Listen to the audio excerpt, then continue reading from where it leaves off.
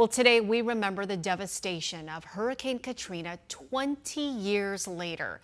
12 News journalist Jade Cunningham spoke with one Phoenix man who lived in New Orleans at the time, and Jade joins us now with his story. Jade? Yeah, it's an emotional story, as you can imagine, as well. Good evening. We are more than 1,500 miles away from the Big Easy, but there are plenty of people here in the valley who lived through that storm. And today, more than 20 years later, it still brings up so many emotions, as we were just talking about, and people who think back to the heartache, the devastation of that time. I was able to speak with Alan Heil, who was living with his wife and two young children in Mandeville at the time.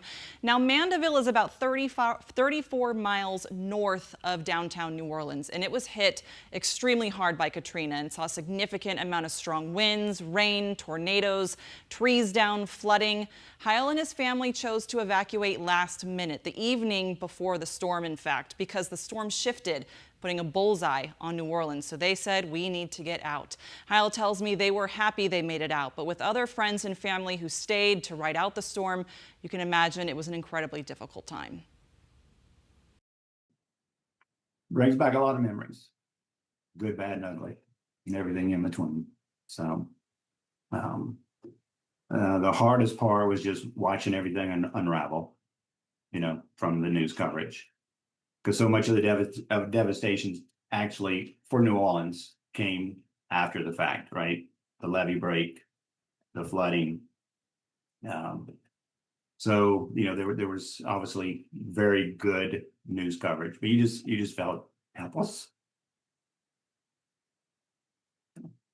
Just very helpless. Now, Heil and his family went back to their home about 2 weeks later, though they did not have electricity for about 2 months or so.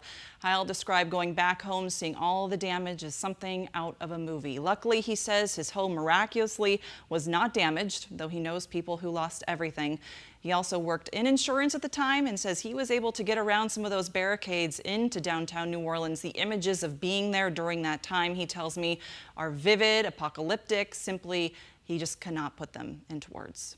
Yeah, you can tell how shaken he still is after all these years. And I remember in the aftermath of Katrina, so many people just left and relocated because they didn't have anything left. And a number of them came here to the valley. Jade, I know you spent some time working in New Orleans, obviously not 20 years ago, but what can you tell me during your time there? Yeah, so I was in New Orleans for 7 years, and I did cover several hurricanes during that time.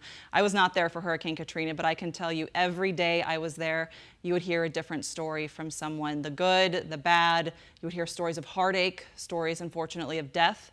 You would hear stories of triumph as well. So it is amazing 20 years later after this storm, I mean, as you mentioned, and you could see it after talking with Mr. Heil, it's at the forefront of everyone's minds. It still impacts so many people to this day. Yeah, the trauma still lingers. All right, Jade, thank you so much for that emotional story.